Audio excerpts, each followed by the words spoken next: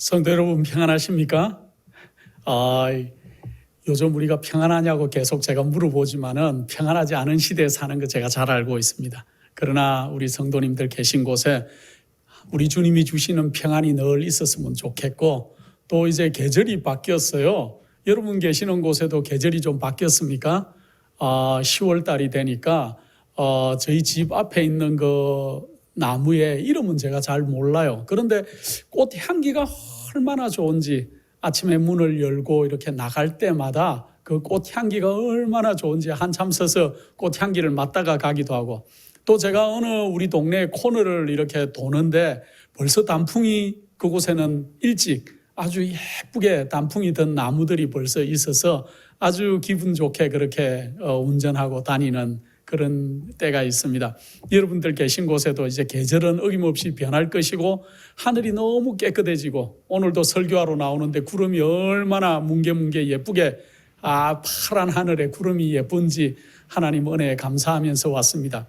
세상은 어지럽고, 또 코로나로 어렵고, 경제도 다운되고, 또 여러 가지로, 또 미국의 대통령도 코로나에 부부가 걸렸다는 그 암울한 소식들로 인해서 미국에 있는 많은 분들이 걱정하고 기도하고 있지만은, 그러나 우리 주님께서 주시는 그러한 모든 것들은 어김없이 순종하고 변하고 이렇게 하고 있는데, 유독 우리만 죄 가운데서 헤매고 있는 것이 아닌가, 그런 생각을 해봅니다. 그래서 오늘은 제가 특별히 그 누가복음에 그 세리가 기도할 때 나는 죄인입니다 하는 그러한 기도를 드렸던 그러한 것으로 제목을 삼아서, 제목이 나는 죄인입니다입니다. 회개라는 제목으로 저희가 그렇게 오늘 말씀을 나눠볼까 그렇게 생각합니다. 사람이 어떻게 하나님 앞에서 의로워질 수 있을까요? 또 어떻게 죄인이 의롭게 될 수 있을까요? 우리는 오직 예수 그리스도를 통해서만 우리가 의롭게 될 수 있다는 것을 우리는 잘 알고 있습니다. 그러면 우리가 어떻게 예수 그리스도 앞에 나갈 수 있을까요? 많은 사람들이 그런 질문을 우리에게 하고 있지요.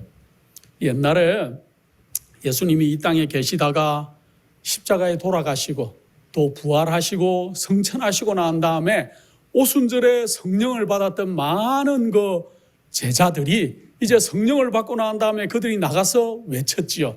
사도행전 2장에 보면은 아주 제자들이 나가서 정말로 큰 음성으로 또 여러 방언으로 그렇게 말씀을 전하니까 그때 사람들이 너무 신기해했습니다. 이 사람들이 갈릴리 사람이 아니냐, 저들이 어떻게 여러 나라의 사람들이 그때 디아스포라로 해가지고 여러 나라의 사람들이 이제 절기를 지키기 위해서 그 예루살렘에 모여 있었는데 그들이 각자 난 곳의 언어로 다 알아들었다는 거죠. 그들이 하는 말씀을. 그렇게 할 때 이제 베드로가 좀 높은 자리에 섰겠지요. 그렇게 하고는 그들에게 설교를 이렇게 했는데, 그 설교의 핵심이 무엇이었습니까?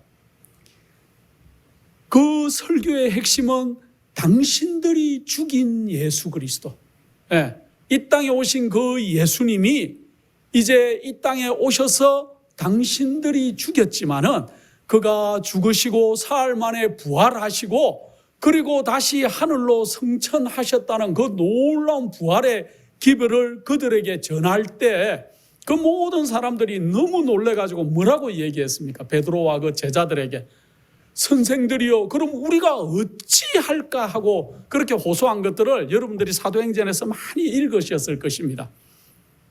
그 사람들은 그때 그 의롭던 예수 그리스도가 아니고 그 죄인 바나바를 풀어주소서 하는 그러한 얘기를 하는 사람들이 아마 베드로와 사도들의 그 다시 성령을 받고 설교하는 그 자리에 모여 있었을 거예요.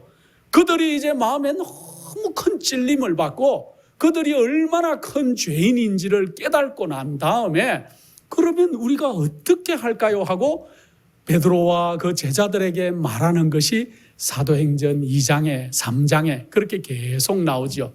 그럴 때 베드로가 뭐라고 얘기했습니까?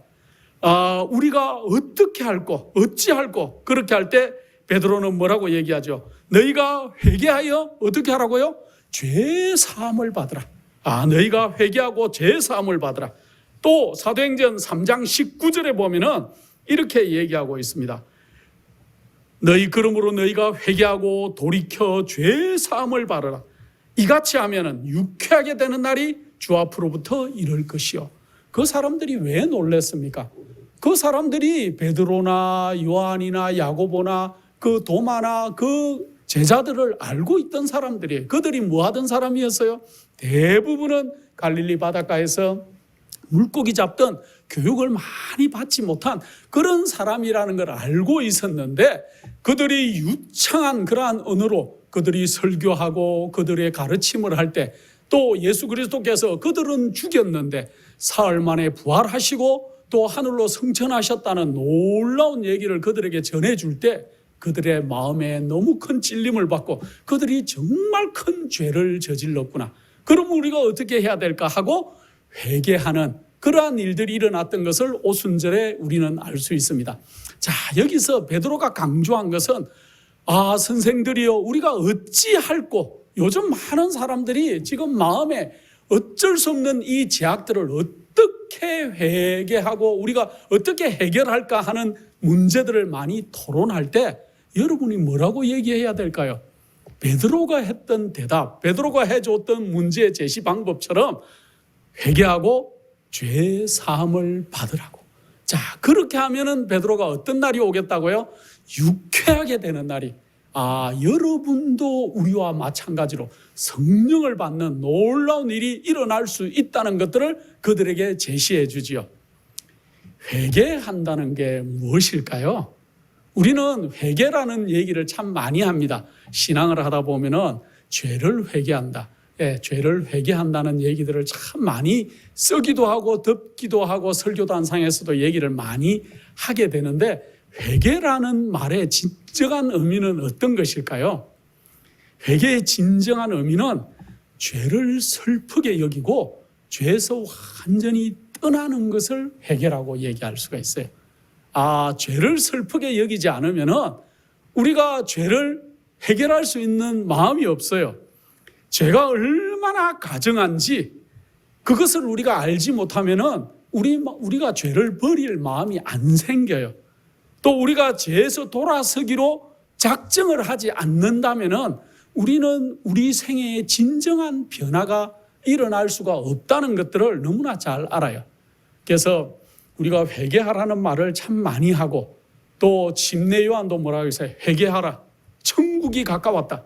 그렇게 광야에서 외치는 소리처럼 외쳤는데, 그 회개한다는 이 단어는 우리 그리스도인들에게 있어서 너무 중요한 단어 같아요.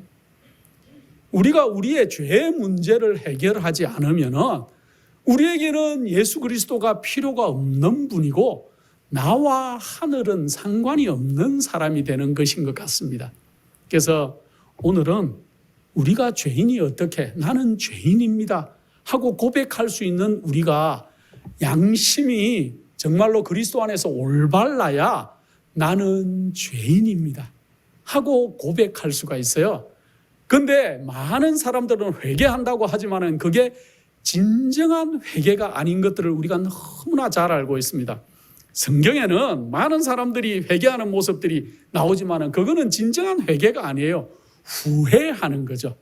자기가 지은 죄 때문에 자기가 어떤 불이익을 당할 것을 염려하고, 또 내가 이 지은 죄 때문에 앞으로 나에게 고난이 닥칠 것을 예상하기 때문에 후회하는 거예요. 성경에 많은 인물들이 회개한 것 같지만은 회개한 것이 아니고 후회한 많은 사람들을 우리가 열거할 수가 있습니다. 이 에서 특별히 자기 동생에게 팥죽 이렇게 거기를 팔아가지고 장자권을 이렇게 넘겼던 에서는 그가 죄를 회개한 것이 아니고 그가 후회를 했는데, 왜 죄를 후회했을까요?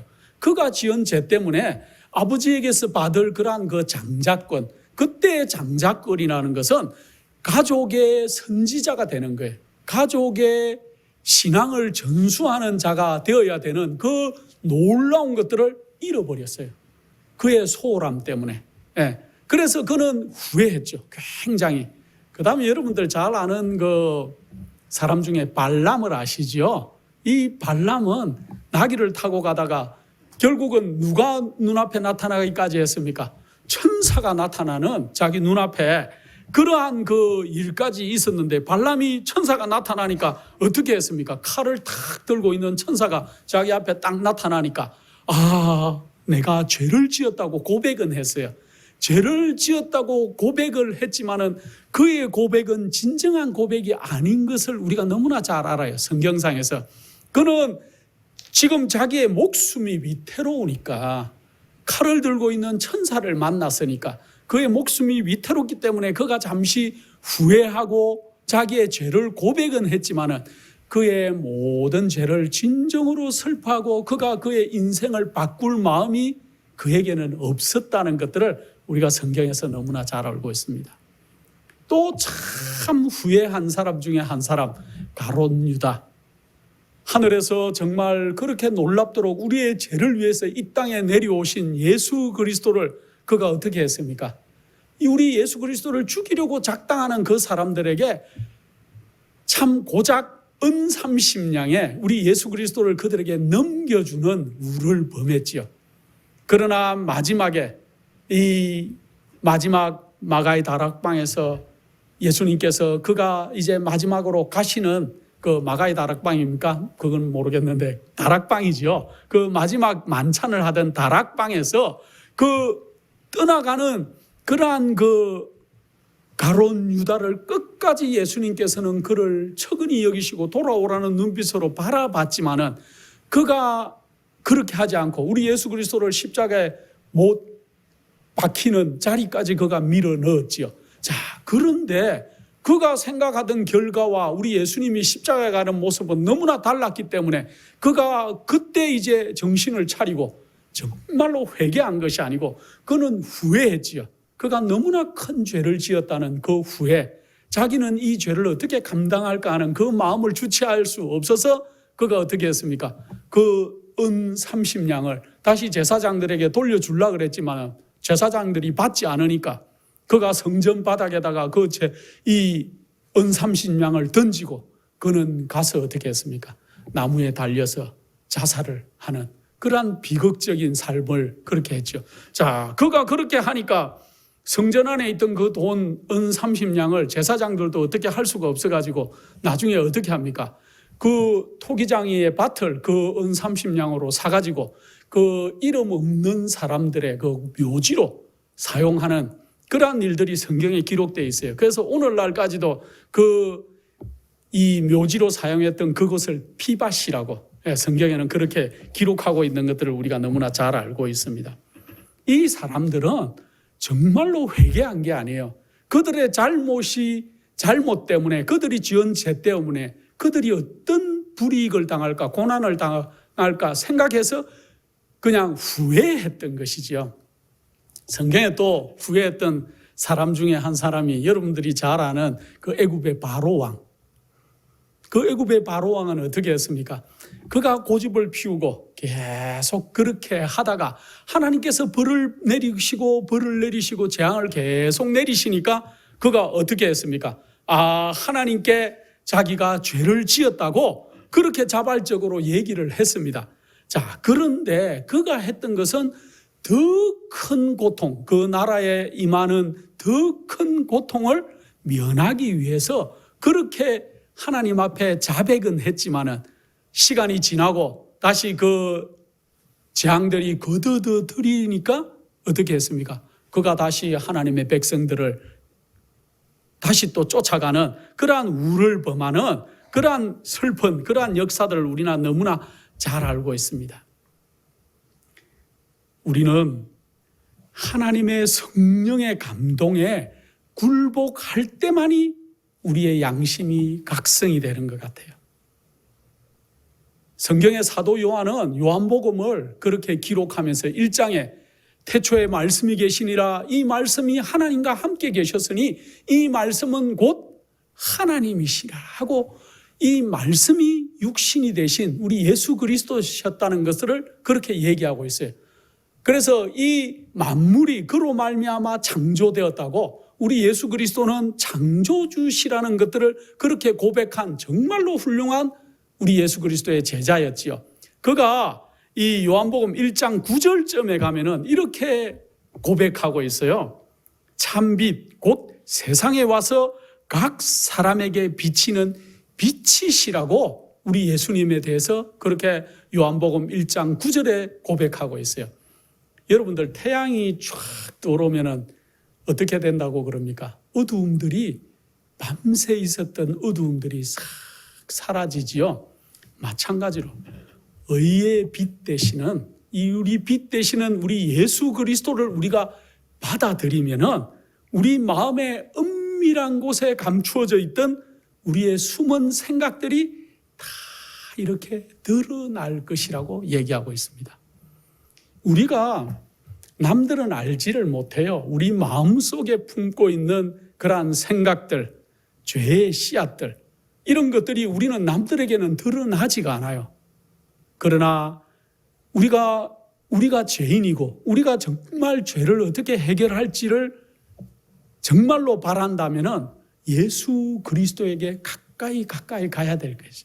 빛 대신 예수 그리스도께 우리가 가까이 가면 갈수록 우리 마음속의 어두움의 그림자들, 죄의 싹들이 싹 사라지고 드러나는 그러한 일들을 우리는 알 수 있을 것입니다. 성경에 보면은 정말 죄를 진심으로 회개하는 그러한 사람이 나오는데 저는 그 사람들 중에 한 분이 다윗이라고 생각해요. 다윗은 그가 범죄하고 난 다음에 정말 하나님 앞에 자기의 죄를 위해서 정말로 마음을 드러내서 주님 앞에 죄를 자복하는 일들을 우리가 볼 수가 있습니다. 정말 다윗의 그 회개는 진지하고 철저했어요. 그래서 다윗은 시편 32편 1절로 2절에 이렇게 기록하고 있습니다. 허물의 사함을 얻고 그 죄의 가리움을 받는 자는 복이 있도다. 마음에 간사가 없고 여호와께 정죄를 당치 않는 자는 복이 있도다. 다윗은 그가 비록 죄를 범했지만은 그가 다시 회복되기를 바랐어요. 그의 마음속에 있는 그러한 죄들이 정말로 해결되기를 바랐고 그가 정말 하나님과의 관계를 다시 복원하기를 그는 너무나 간절한 마음으로 바랐던 것들을 우리는 그가 지은 그러한 글들과 시편에서 그렇게 알 수가 있는 것 같습니다. 하나님께서는 다윗의 범죄를 이 우리아의 아내의 그러한 그 잘못 외에는 다윗이 범죄한 일이 없다고 성경에 그렇게 인정을 해주는 사람이 다윗이에요. 자, 그런데 다윗은 그의 신복, 정말로 햇사람, 자기의 신복 중에 신복인 그러한 우리아의 아내를 범했던 참으로 어려운 죄를 지은 사람이었죠. 자, 그럴 때 하나님의 선지자 나단이 가서 손가락으로 왕이 그 사람입니다 하고 지적할 때 그가 정말로 온전한 마음으로 하나님 앞에 그의 죄를 드러내놓고 지은 시가 시편 51편이에요. 여러분들이 시편 51편을 이렇게 읽으려고 성경을 펴시면은 그 시편 51편 그 밑에 다윗의 시라는 밑에 작은 글씨로 어떤 성경에는 그런 게 있고 어떤 성경에는 그게 없어요. 나단의 지적을 받은 후에 지은 시라는 각주가 있는 성경이 있어요. 예. 그래서 다윗이 정말로 보통 사람들은 어떤 지적을 받을 때 고치기가 쉽지가 않아요. 여러분들은 지적을 안 받아서 안 고치십니까? 늘 지적을 받죠. 성경의 말씀으로 우리가 늘 지적을 받지 않습니까? 다윗은 하나님의 그러한 지적을 받았을 때 즉시로 그가 해결했는데 시편 51편은 너무나 좋은 시입니다.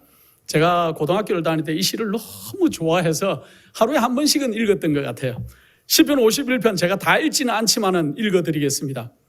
하나님이여 주의 인자를 쫓아 나를 긍휼히 여기시며 주의 많은 자비를 쫓아 내 죄가를 도말하소서. 나의 죄악을 말갛게 씻기시며 나의 죄를 깨끗이 제하소서. 대전하는 내 죄가를 아오니 내 죄가 항상 내 앞에 있나이다. 7절입니다. 우슬초로 나를 정결케 하소서. 내가 정하리이다. 나를 씻기소서. 내가 눈보다 희리이다. 10절. 하나님이여 내 속에 정한 마음을 창조하시고 내 안에 정직한 영을 새롭게 하소서. 나를 주 앞에서 쫓아내지 마시며 주의 성신을 내게서 거두지 마소서. 주의 구원의 즐거움을 내게 회복시키시고 자원하는 심령을 주사 나를 붙드소서. 14절입니다. 하나님이여 나의 구원의 하나님이여 피 흘린 죄에서 나를 건지소서. 내 혀가 주의 의를 높이 노래하리이다. 어떻게 이렇게 양심적으로 시를 적을 수 있는지, 또 하나님 앞에 죄를 고백할 수 있는지, 정말로 다윗은 훌륭한 그러한 하나님의 종이었던 것 같아요. 그가 비록 실수했고 정말 우리 사람들이 상상하기에 그러한 사람은 용서받을 수가 없다고 할 정도의 놀라운 죄를 지었지만 하나님 앞에 그가 지적받았을 때 그가 정말로 회개를 했다는 것들을 우리가 알 수 있습니다. 이러한 회개는 우리 자신이 할 수 있는 것은 아닙니다. 사실은 이것은 우리가 그리스도를 말미암아야만 이런 회개를 할 수 있는 것 같아요. 많은 사람들은 회개를 이해하지를 못하고 있어요. 예수님께서 그들에게 주시고자 하는 그러한 도움을 회개를 이해하지 못하기 때문에 받을 수도 없는 그러한 때 우리가 사는 것 같습니다. 우리가 갈바리의 십자가에 달리신 하나님의 아들을 바라볼 때 그분이 우리의 구속주가 되심을 이해할 수가 있는 것 같아요. 그래서 우리는 우리 자신을 바라볼 것이 아니고 갈바리 십자가에 달리신 예수 그리스도를 바라봐야 될 것입니다. 그때 하나님의 인자하심이 우리를 인도하시고 회개하게 만들어주는 거죠. 우리 자신으로 볼 때는 회개할 수 있는 길이 없는 것 같아요. 또 우리 주님의 성령께서, 하나님의 놀라운 성령께서 양심을 각성시켜주고 또 우리의 생애의 결함들을 제거해 주실 것이에요. 그렇게 될 때 한밤중에 예수님을 찾아온 사람이 있었죠. 니고데모. 사실은 그 영감의 글에 보면은 니고데모가 처음 예수님을 밤중에 찾아온 이유가 있었어요. 그는 낮에 밝을 때 찾아오지 않고 밤중에 예수님을 찾아온 이유는 그의 마음속에 어떤 마음이 자리 잡고 있었냐 하면은 나는 일반 죄인들처럼 그냥 이렇게 예수님 앞에 죄를 고백하러 가는 그런 사람들하고 다르다는 마음을 가지고 있었어요. 그래서 그는 밤중에 또 체면이 있지, 내가 낮에 찾아가는 것보다 밤중에 예수 그리스도를 니고데모가 찾아갔죠. 자, 그러나 우리 예수님께서는, 니고데모는 아마 나이가 좀 있었을 것입니다. 사내들인 회원이었고 그가 부자였고, 사내들인 회원은 30살이 넘어야 돼요. 또 가족이 있어야 되고 뭐 여러 가지 조건들이 있는 걸 제가 잘 알고 있습니다. 그때 우리 예수님께서는 아마 이제 30대 초반, 그런 예수님, 자기가 생각할 때 나이도 니고데모보다 나이도 어린 선생님, 또 초라하기가 그저없는 그러한 그 사람, 그러한 분을 만나러 가는데 그의 모든 것을 내려놓고 가기가 쉽지 않았을 겁니다. 니고데모가. 그러나 그가 예수님을 만났을 때 우리 주님께서 그의 핵심을 깨뚫으시고 내가 거듭나야 되겠다고 얘기하고, 사람이 어떻게 다시 거듭날 수 있습니까? 어머니 뱃속에 다시 들어가야 됩니까? 하고 아주 잘못된 질문을 니고데모가 하지만은 우리 주님께서 그에게 어떻게 거듭나야 될 것을 설명해 주는 것들을 우리가 잘 알 수 있죠. 우리는 사실은 예수 그리스도 앞에 어쩌면은 니고데모 같은 마음으로 우리가 다 가는지 모르겠습니다. 내가 이 정도 하면은 그리스도인으로서 괜찮다. 내가 뭐 세상 사람들이 짓는 그러한 죄를 많이 짓는 것도 아니고, 내가 양심을 팔아서 어떤 일을 하는 것도 아닌 것 같고, 내가 이렇게 오래 신앙생활을 하고 있고, 또 내가 11조도 잘 드리고 헌물도 잘 드리고, 내가 어쩌면은 나는 그냥 괜찮은 사람인 것처럼 우리도 어쩌면은 니고데모 같은 마음으로 주님 앞에 나가는지도 모르겠습니다. 그러나 우리가 우리 주님 앞에 서면은 우리가 입은 이러한 그 모든 성품의 옷들은 다 누더기 같은 옷들이에요. 그래서 우리가 주님 앞에 우리가 온전히 나가야 되는데, 하나님의 영광에서 오는 한 줄기의 빛은 우리의 결말을 알려준다. 예수님의 순결은 우리의 생애가 부정하다는 것을 깨닫게 해주고 품성의 모든 오점과 약점들을 밝히 보여준다 그랬어요. 우리 예수님께 가까이 가면 갈수록 우리의 그 허점들, 우리의 오점과 허물들이 더 잘 이렇게 드러나는 것들을 우리는 알 수 있습니다. 여러분들 그 다니엘이 얼마나 훌륭합니까? 저는 영어 이름이 다니엘이에요. 제가 성경의 사람들을 이렇게 이름을 뭘로 지을까, 제가 미국으로 오면서 어떤 사람의 이름을 지으면 좋을까 하다가 제가 다니엘이라는 그러한 이름을 짓는 게 좋겠다. 그래서 제가 영어 이름으로 다니엘이라는 이름을 씁니다. 그런데 다니엘은 정말로 훌륭한 것 같아요. 다니엘의 일생을 보면 우리가 성경에서 흠을 잡을 게 별로 없는 것 같습니다. 그런데 다니엘서 10장에 보면은 다니엘이 참 한 가지 고백을 하는 것들을 우리가 볼 수 있는데, 다니엘이 어떤 고백을 하냐 하면은 다니엘서 10장 8절에 내 몸에 힘이 빠졌고 나의 아름다운 빛이 변하여 썩은 듯 하였고 나의 힘이 다 없어졌다고 이런 고백을 하고 있어요. 왜 다니엘이 이런 고백을 다니엘서 10장에 할까요? 그 앞절을 읽어봐야 돼요. 다니엘에게 어떤 일이 있었는데 이런 다니엘이 자기의 그 아름다웠던 그러한 그 빛이 다 썩은 것 같은 그러한 빛이었다는 것을 고백하는가. 다니엘서 10장 5절에 보면은 이런 기록이 있습니다. 다니엘이 이제 그 여러 사람이 있는 가운데 이상을 봤는데, 얼레강변에서 이제 이거 헷데겔 강변에서, 이때는 얼레강변이고 헷데겔 강변에서 이렇게 이 이상을 보는데 그가 이렇게 고백을 해요. 다니엘서 10장 5절입니다. 한 사람이 세마포 옷을 입었고 허리에 우바스 정금 띠를 띠고 그 몸은 황옥 같고 그 얼굴은 번개빛 같고 그 눈은 횃불 같고 그 팔과 발은 빛난 녹과 같고 그 말소리는 무리의 소리 같더라. 누구를 본 것입니까, 이 다니엘이? 정말로 예수 그리스도를 그가 본 것 같아요. 대군 미가엘을 봤다고 성경에 나오는데, 우리 주님 앞에 그가 딱 서니까 그가 가지고 있던 그런 것들은 다 어떤 것 같다? 썩은 것 같다.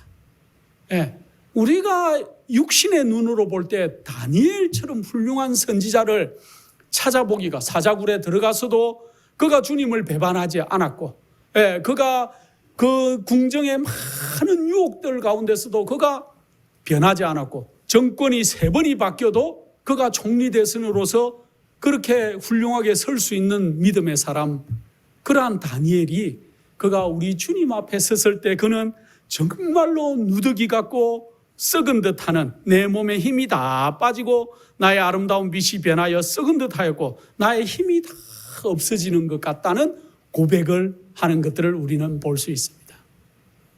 이 땅에 아무리 훌륭한 사람도 우리 주님 앞에 우리를 드러내면은 우리는 정말로 보잘것없고 우리의 의는 정말 썩은 것 같은 그러한 상태라는 것들을 이 다니엘이 그렇게 잘 이렇게 설명을 해주는 것 같습니다. 우리는 하늘에서 오는 이 영광을 볼 때 우리의 이기심과 자아를 사랑하는 마음은 반드시 우리가 정오하게 될 것이다 그랬습니다. 우리가 우리 자신을 정오하는 그러한 상태가 될 수 있다는 거죠. 우리는 예수님의 의를 통하여 우리 마음의 순결을 찾게 될 것이고, 우리는 하나님의 율법을 지키고 예수님과 같은 품성을 갖기를 원하게 될 것이다 그랬습니다. 사도 바울은 빌립보서에 보면은 사도 바울은 자기를 소개하는데 아주 훌륭한 사람으로 빌립보 3장에 보면 소개를 해요. 나는 열심으로는 교회를 핍박하던 사람이었고 율법으로는 흠이 없는 자라고 그가 빌립보서 3장 6절에 그렇게 소개를 해요. 그 앞절에 보면은 이 사도 바울은 자기를 어떻게 소개합니까? 나는 뭐 가말리아 문화에서 수학했고 뭐 이런 것도 하지만은 자기는 베냐민 지파의 사람이었다고도 소개를 합니다. 자기가 베냐민 지파라는 게 어떤 자랑거리입니까? 이스라엘 백성들이, 이스라엘 민족들이 북방의 10민족과 남방의 2지파가 갈릴 때 유다 지파와 북방에 속하지 않은 한 지파가 베냐민 지파였어요. 그래서 사도 바울은 자기가 이 북방 10지파에 속하지 않은 남방 유다에 속한 베냐민 지파의 사람이라는 것을 굉장히 프라우드, 자랑스럽게 그렇게 생각하는 한 분이었어요. 자, 그런데 그가 남들에게 자기의 열심을 소개할 때는 자기는 열심으로는 뭘 하던 사람이다? 그리스도인들을 잡으러 다니던 교회를 핍박하던 사람이라고 열심을 소개하고, 또 한 가지 더 자랑거리는 율법의 의로는 자기는 흠이 없다. 자기는 율법에 비춰봤을 때, 계명에 비춰봤을 때 자기는 흠이 없는 자라고 그렇게 자기 자신을 빌립보에 소개하고 있어요. 자, 정말로 바울은 흠이 없는 자였을까요? 자기가 생각할 때, 자기가 율법에 비춰봤을 때는 자기는 흠이 없는 사람 같아요. 그런데 바울이 이제 점점 우리 주님을 정말로 알아가고 하나님을 정말로 깨달아가고 나니까 그가 로마서 7장 9절에 뭐라고 고백합니까? 이렇게 고백해요. 전에 법을 깨닫지 못할 때에는 내가 살았더니 계명이 이름에 죄는 살아나고 나는 죽었도다. 무슨 말입니까?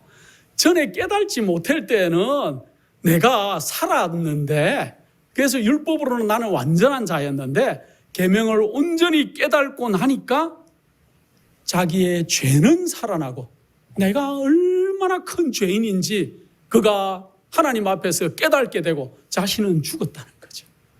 아, 그래서 오라 나는 공고한 사람이라다. 그러한 말을 할 수밖에 없는 바울의 위치가 됐다는 거예요. 오늘날 여러분과 저의 상태는 어떻습니까? 우리도 율법 앞에 설 때 우리가 의롭습니까? 아니면은 우리가 정말로 어쩔 수 없는 속절없는 죄인이라고 여러분들이 느끼고 계십니까? 그래서 우리가 어떻게 율법을 깨달았는지, 우리가 하나님을 어떻게 만났는지에 따라서 내가 정말 죄인인지 나는 죄인이 아니라는 생각을 가지고 있는지가 판가름 나는 것 같습니다. 사람들은 흔히 보이는 모습으로 판단을 해요. 여러분들 주위에 술 주정뱅이를 혹시 보신 적 있습니까? 술을 헐 마시고 이렇게 술 주정을 하고 가족들을 못 살게 굴고, 예를 들어서 그리고 늘 동네 사람들을 괴롭히고, 만약에 그렇게 하는 여러분 이웃에 술 주정뱅이가 있다고 생각하면은 그 사람은 하늘에 갈 수 있다고 생각하십니까? 없다고 생각하십니까? 저는 사람은 하늘이 아니고 빨리 좀 안 데리고 가나 속으로 그렇게 생각하실지도 모르겠습니다. 그런데 눈에 보이는 그 술주정뱅이 말고 마음속에 교만이 가득 차 있는 사람이나 이기심, 또 남들에 대한 탐심이 가득 들어있는 사람, 우리 눈으로는 보이지 않는 교만이나 이기심이나 탐심이 가득 들어있는 그런 사람들을 여러분들은 어떻게 판단하십니까? 우리는 모르죠. 겉으로 드러나는 술주정뱅이는 우리 눈에 보이기까. 그러나 우리 눈에 보이지 않는 마음의 상태가 어떠한 사람들에 대해서는 우리가 그 사람은 좋은 사람이라고 판단할지도 모르겠습니다. 그러나 하나님께서는 어떻게 판단하신다고요? 하나님께서는 그 사람의 중심을 보신다는 거죠. 그래서 우리가 어쩌면 그런 사람들일지도 모르겠습니다. 남들에게는 정말 멋지게 보이고 남들에게는 실수하지 않고 너그럽고 그런 사람으로 보일지 모르지만 우리가 정말 우리 마음속에 숨어있는 죄악들이 가득 차 있는 사람이 아닐지 우리가 한번 우리 자신들을 바라봐야 될 것입니다. 성경에 누가복음 18장에 보면은 한 세리의 기도가 나옵니다. 오늘 제가 제목을 나는 죄인입니다 하고 붙인 이유가 이 세리의 기도에서 제가 따왔습니다. 누가복음 18장 11절에 보면은 두 사람이 기도하는 모습이 나와요. 두 사람이 기도하는 모습이 나오는데 우리 예수님께서 그 사람들의 기도하는 모습을 보시고는 제자들에게 뭐라고 얘기했습니까? 누구의 기도가 정말로 하나님께서 받으시고 간합되는 그러한 기도라고 얘기하셨습니까? 세리의 기도라고 하셨는데 제가 한번 읽어드리겠습니다. 누가복음 18장 11절입니다. 바리새인이 서서 따로 기도하여 가로되 하나님이여 나는 다른 사람들 곧 토색, 불의, 간음하는 자들과 같지 아니하고 이 세리와도 같지 않음을 감사하나이다. 야, 이런 기도할 정도면 굉장히 뻔뻔하죠. 나는 일에 2번씩 금식하고 또 소득의 11조를 드리나이다. 일에 2번씩 한다니까 일주일에 2번씩 금식한다는 거죠. 그리고 11조도 잘 드리고 그렇게 한다는 거죠. 13절입니다. 세리는 멀리 서서 감히 눈을 들어 하늘을 우러러 보지도 못하고 다만 가슴을 치며 가로되 하나님이여 불쌍히 여기소서 나는 죄인이로소이다. 하나님 저를 불쌍히 여기십시오. 나는 죄인입니다 하고 이 세리가 고백하죠.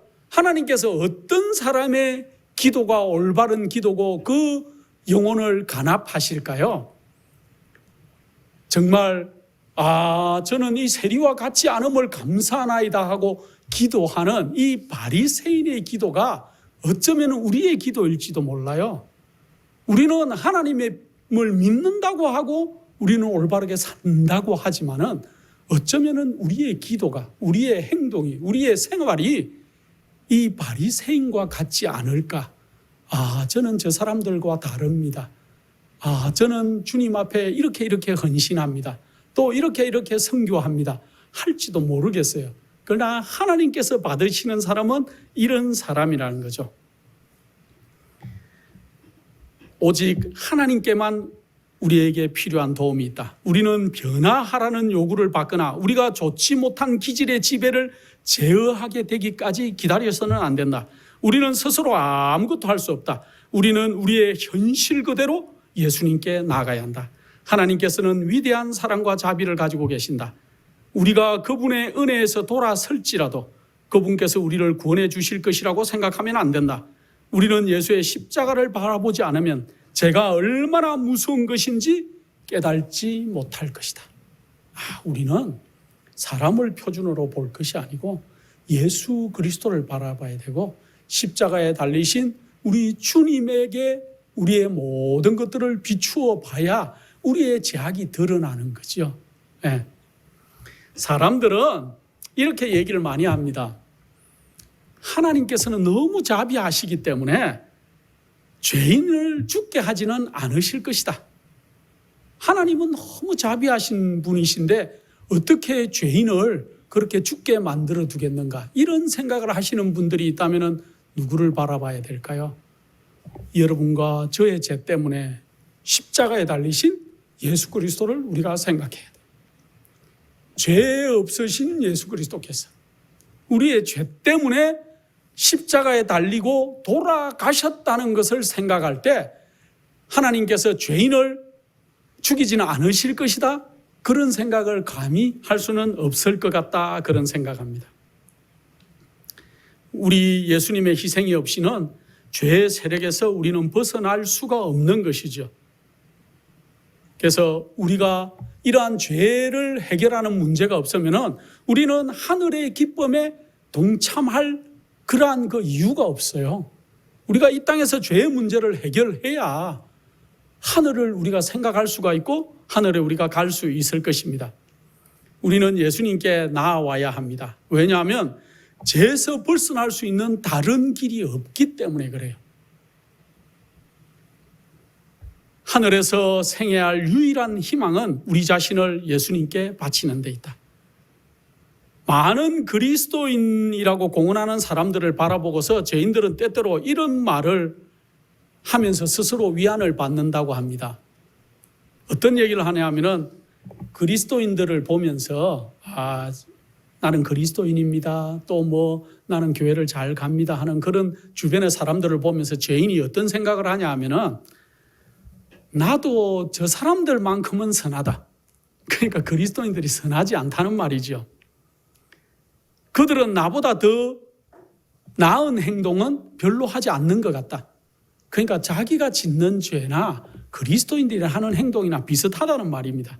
그들은 나와 꼭 마찬가지로 쾌락을 좋아한다. 그리스도인이라고 말하는 저 사람들도 보니까 쾌락을 굉장히 좋아하는 것 같고, 그들은 마음대로 행동하기를 좋아한다. 그들도 보니까 그들 마음대로 행동하는 걸 좋아하는 것 같다. 이렇게 핑계를 댄다는 거죠. 그래서 많은 사람들은 자기가 잘못을 하는데 자기가 죄인이라는 걸 느낄 때 어떤 점으로 위안을 받냐 하면은 다른 사람들도 다 그렇다. 그렇게 위안을 받죠. 꼭 누구 같습니까? 정치인들 같아요. 정치인들이 잘못을 하면은 뭐라고 얘기합니까? 나만 잘못하는 게 아니고 저 사람도 저렇게 하고 저 사람도 저렇게 하고, 그런 우리 모습하고 꼭 같죠. 그래서 죄인들은 다른 사람들의 결점을 들어서 자신의 의무를 수행하지 않는 데 대한 핑계를 댄다. 그러나 다른 사람들의 결점이 어떤 사람들의 변명의 구실은 되지 않는다고 얘기하고 있어요. 주님께서는 죄 많은 사람들을 모본으로 삼으라고 우리에게 요구하지 않으신다 그랬습니다. 우리의 모본은 흠없는 하나님의 아들 예수 그리스도가 우리의 모본이기 때문에 우리가 바라봐야 될 분은 죄를 짓고 나와 수준이 비슷한 사람이 아니고 예수 그리스도라는 것을 우리가 생각해야 될 것입니다. 죄가 아무리 작은 죄일지라도 그것을 우리 마음속에 남겨두기를 우리가 허락을 하면 안 된다 그랬어요. 그래서 옛날에 번제를 드리라고 할 때 하나님께서 번제를 드리는 방법은 온 몸을 각을 떠서 벌리고 그 창자 속에 있는 아주 그 갈빗대 사이 창자 속에 있는 모든 기름들을 제거하고 그것들 물에 다 빨아서 그렇게 번제로 드렸어요. 그것은 죄의 문제를 그 찌꺼기까지 우리 속에 있는 것까지 다 드러내서 하나님께 드리라는 얘기였습니다. 여기 참 훌륭한 말이 있어서 제가 적어왔습니다. 만일에 죄를 정복하지 않으면 죄가 우리를 정복하고 멸망시킬 것이다 그랬어요. 이거 하나는 여러분들 오늘 설교를 들으시면서 외우시면 좋겠습니다. 죄를 정복하지 않으면 죄가 우리를 정복하고 멸망시킬 것이다. 우리는 마지막을 사는 마지막 백성으로서 사실은 죄를 지을 때마다 또 하나님의 은혜에서 돌아설 때마다 우리의 마음이 굳어진다는 것들을 명심할 필요가 있어요. 양심이 화인을 맞는다. 그런 말이지요. 처음 한번 죄를 지을 때는 괜찮았어요. 두려웠어요. 또 지으면은 조금 약해지고 우리가 죄를 지을 때마다 우리의 마음들이 굳어간다는 것들을 우리가 명심할 필요가 있습니다. 그렇게 되면 우리는 하나님의 사랑을 깨닫지 못하고 죄는 우리를 하나님께 절겨 순종하지 못하게 하고 하나님의 그 성령의 음성에 굴복하지 못하게 그렇게 해요. 우리가 착각하는 것이 있습니다. 그리스도인들이 어떤 착각을 하냐 하면은 지금 내가 그릇된 잘못된 행동을 계속 하고 있지만은 그 행동을 고칠 수 있다고 생각을 해요. 자기가 원하기만 하면은 언제든지 나의 행동을 고칠 수 있고 내가 주님 앞으로 다시 나아갈 수 있다는 착각 가운데 빠져서 사는 사람들이 얼마나 이 세상에 많은지 모르겠습니다. 그러나 그런 일들은 쉽게 이루어지지 않는다는 것을 알 수 있어요. 여러분들이 입맛을 고칠 수가 있던가요? 입맛 하나를 고치기에도 너무 오랜 시간이 필요해요. 저도 이제 나이가 드니까 어릴 때 어머님이 해주시던 그 음식이 찬바람이 불면은 이렇게 어머님이 해주시던 그 음식이 생각이 나요. 미국에서는 절대로 구할 수도 없고 먹을 수도 없는 그 생미역. 찬바람이 날 때 11월, 12월에 이제 처음 갓 미역들이 새로 나서 생미역을 이렇게 빨아서 이렇게 찍어 먹던 그런 것들, 그런 것들이 생각이 나는데, 내가 그냥 이렇게 사는데 나이가 드니까 어릴 때 먹었던 음식들이 불현듯 계속 생각나는 것들을 알 수 있는데 뭐 좋은 비유인지는 모르겠습니다만은 죄의 모습이 그런 것 같아요. 죄는 우리가 쉽게 떨칠 수 있는 문제가 아니고 어느 날 내가 결심만 하면은 내가 이 죄를 해결할 수 있다는 착각에 많은 그리스도인들이 빠져 산다는 것들을 알 수 있습니다. 근데 솔로몬은 성경에 그가 참 영화도 많이 누려봤지만은 죄악에도 빠져봤던 사람 아닙니까? 그 잠언에 솔로몬이 아주 중요한 얘기를 했는데 악인은 잠언 5장 22절입니다. 악인은 자기 악에 걸리며 죄의 줄에 매이나니 그랬어요. 악인은 자기 악에 걸리고 그 죄의 줄에 매인다고 얘기하고 있어요. 우리가 발버둥 치면은 칠수록 파리가 거미줄에 걸려가지고 그가 막 움직이면 움직일수록 그 거미줄이 점점 더 자기를 옥죄어 오는 것과 마찬가지로 우리가 죄의 문제를 해결하지 않으면은 악인은 그 자기가 짓는 그 죄악에 계속 더 빠지고 거기에 더 매이게 되는 그러한 것들을 정말로 솔직담백하게 그렇게 적어 놓은 것들을 알 수 있습니다. 예수님께서는 우리를 죄에서 해방시킬 길을 마련해 놓으셨는데 그러나 그 길을 강제적으로 그렇게 요구하시지는 않는다고 얘기하고 있어요. 우리의 선택이에요.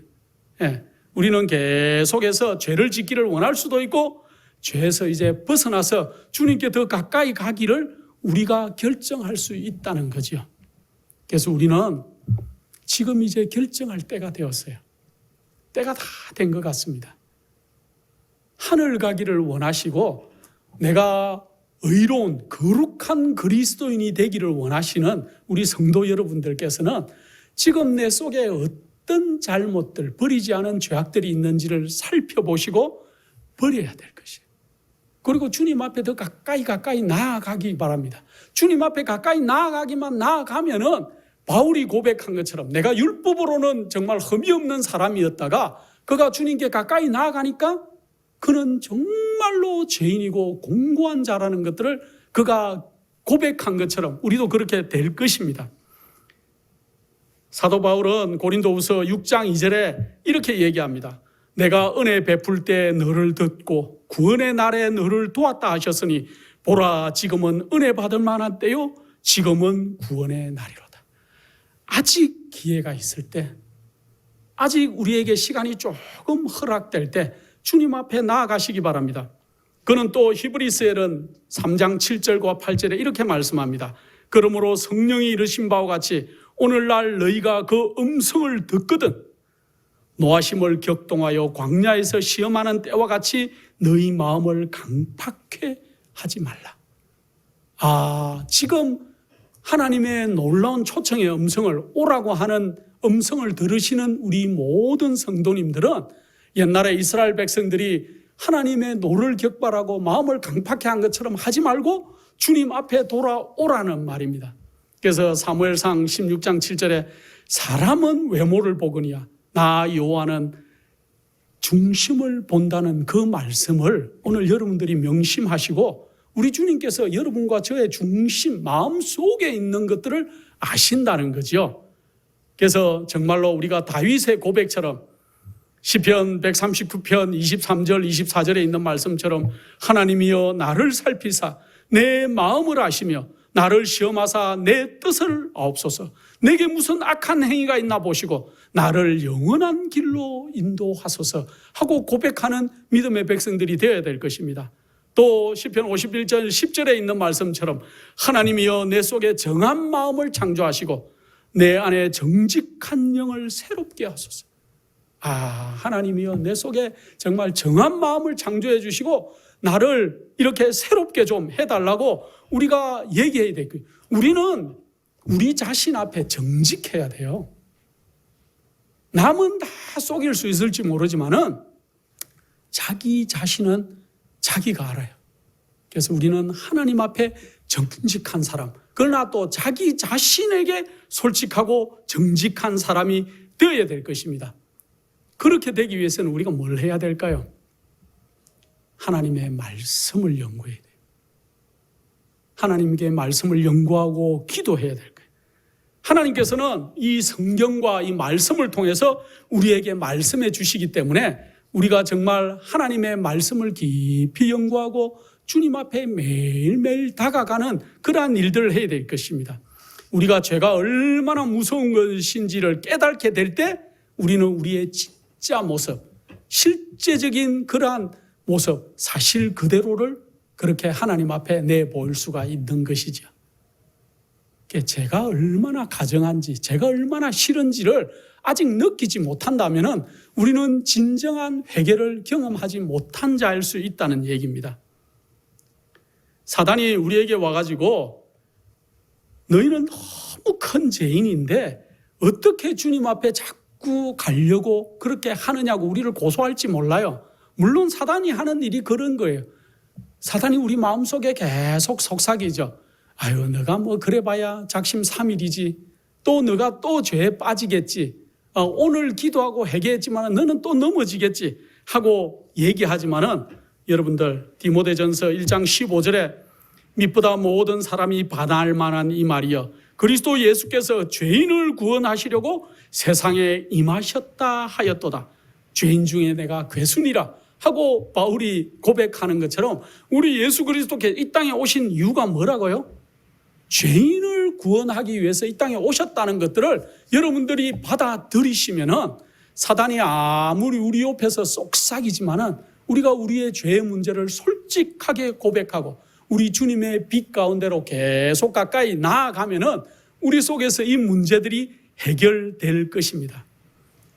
우리는 하나님의 사랑을 충분히 깨달을 때 죄가 얼마나 무서운 것인지를 가장 잘 알게 된다 그랬습니다. 그래서 우리가 말씀을 깊이 연구하시고 우리 마음을 살피시고 갈바리 십자가를 바라보는 믿음의 백성들이 되어야 될 것입니다.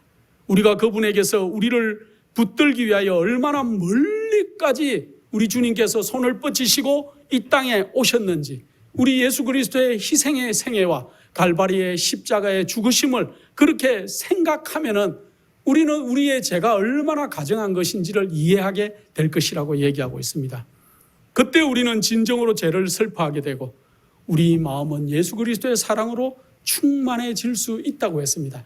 우리 자신으로는 할 수가 없어요. 말씀을 보시고 하나님께 도움을 구하시고 하나님의 거룩한 성령의 능력을 간구하시면은 우리가 그렇게 될 것입니다. 세상에 되어지는 일들이 때가 정말 가까웠다는 것을 우리에게 시시각각으로 알려주는 이때 죄의 문제를 해결하시고 겸손하게 기도한 세리의 기도처럼 나는 죄인입니다 하고 우리 주님 앞에 진정한 회개를 드리는 믿음의 백성들이 다 되시기를 간절한 마음으로 기도드립니다. 기도하겠습니다. 거룩하신 아버지 하나님, 저희를 위하여 이 먼 지구까지 오셔서 우리의 죄악을 위해서 십자가에 달리신 예수 그리스도를 바라보게 해 주시옵소서. 세리의 기도처럼 나는 죄인입니다 하는 겸손한 고백을 오늘 아버지 앞에 드릴 수 있도록 도와주셔서 우리가 진정한 회개를 경험하는 거룩한 백성으로 자라가도록 해 주시옵소서. 아버지 하나님, 주님의 나라에 가기를 원하오니 저희를 인도하시고 힘주시고 또 붙들어 저희를 인도하여 주시옵기를 사랑이 극진하신 예수 그리스도 이름으로 간절히 기도드립니다.